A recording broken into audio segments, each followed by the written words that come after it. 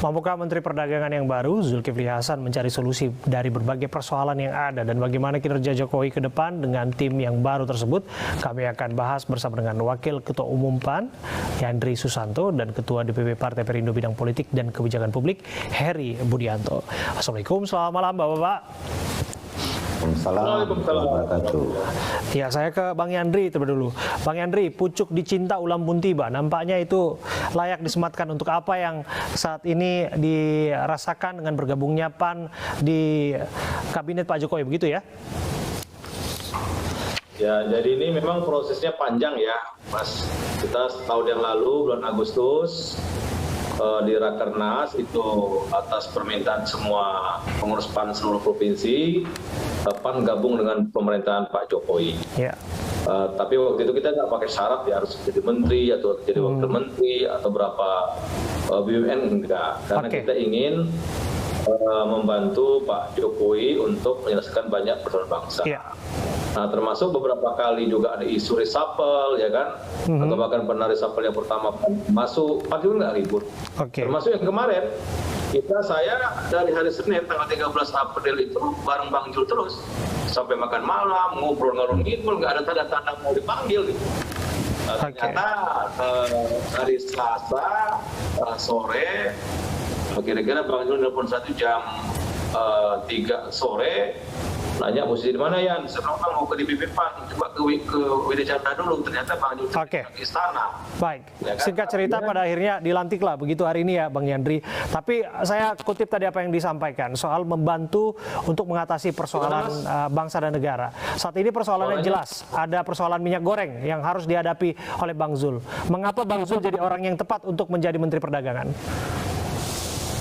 Halo? Bang Yandri? Ya, siap. Iya, persoalan yang dilihat di depan mata adalah persoalan minyak goreng. Mengapa Bang Zul, Pak Zulkifli Hasan menjadi orang yang tepat untuk mengatasi persoalan itu? Iya, kalau itu kan penilaian Pak Jokowi kan. Jadi Bang Zul 1 jam diskusi, di situ Pak Jokowi menyampaikan kira-kira Bang Zul punya punya PR, punya tanggung jawab yang tugasnya lumayan mulia tapi agak berat gitu kan, menyelesaikan masalah carut marut persoalan distribusi perdagangan di semua komoditi, ya salah satunya minyak goreng kan. Nah, insya Allah besok Bang Jul akan turun ke pasar, atau pasar mana yang Bang Jul kunjungi besok, akan melihat situasi kekinian atau di lapangan. Tapi dari diskusi tadi setelah pelantikan, saya sempat ke kantor perdagangan tadi dari habis serah terima jabatan dengan Pak Lutfi. Tadi ada diskusi sedikit, ada Pak Wamen, ada Pak Iswan 1. Saya ikut mendengar tadi bahwa memang Bang Jul punya langkah-langkah yang visual, taktis, strategis, dan bisa menghasilkan solusi yang terbaik. Ya, kita akan lihat. Prinsipnya menurut Bang Jul tadi kolaborasi dan sinergi. Jadi antara pemerintah dengan pelaku usaha, termasuk dengan masyarakat, itu harus ada semacam kerjasama yang baik. Baik, hanya waktu yang akan bisa menguji kebijakan ataupun terobosan yang akan dilahirkan oleh Pak Zulkifli Hasan selaku Menteri Perdagangan. Tapi saya bergeser dulu ke Kang Herbut. Sebentar, berbagi waktu sedikit ya, Bang Yandri. Ya, kita berbagi sedikit ke Kang Herbut. Kang Herbut, dengan masuknya PAN ke dalam koalisi Pak Jokowi saat ini nampaknya semakin gemuk. Tapi dalam amatan Anda, apa nilai tambah yang akan dibawa ke dalam? Iya, saya melihat bahwa koalisi partai politik pendukung Pak Jokowi makin solid ya dengan masuknya PAN. Seperti yang disampaikan oleh Bang Yandri tadi, selama ini memang mendukung, tapi PAN kan belum masuk dalam jajaran kabinet.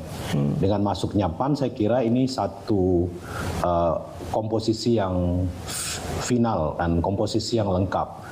Bukan hanya PAN, tapi Partai Bulan Bintang juga masuk di situ, gitu ya. Selama ini kan koalisi pendukung termasuk kami, Partai Perindo, Partai Bulan Bintang, PSI, gitu ya. Hanya Perindo dan PSI saja yang mendapatkan kursi wakil menteri, istilahnya ya.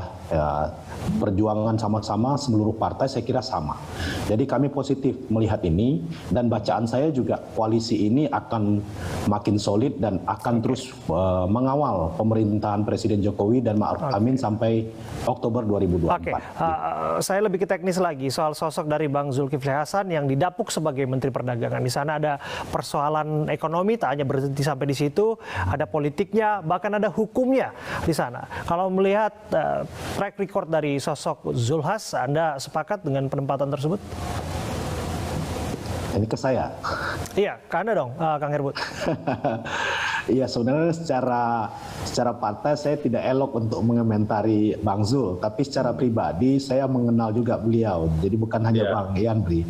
Saya kira track record beliau, secara track record juga beliau. Diskusi banyak, saya diskusi sama Bang Zul dulu. Oke, apakah karena latar belakangnya sama-sama orang Lampung gitu ya? Oh, berbeda. Saya satu kampung sama Bang Yandri, bukan sama Bang Zul. Oke, ya. Tapi sedikit banyak bisa dijelaskan. Bagaimana terobosan beliau nanti akan diuji oleh publik yang menanti-nantikan soal minyak goreng selesai?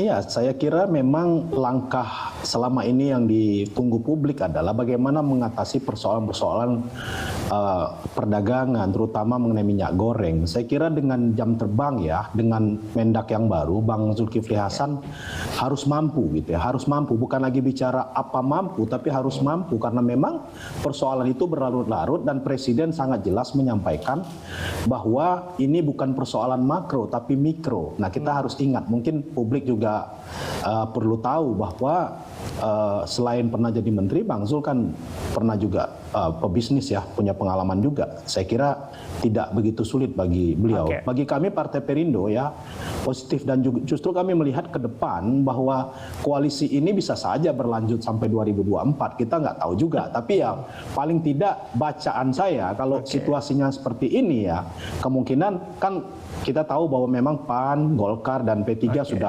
sudah bersama-sama, tapi kan beberapa waktu yang lalu kami sikapi juga bahwa teman-teman di Koalisi Indonesia Bersatu mengundang partai-partai non-parlemen ya untuk bergabung. Saya kira begitu.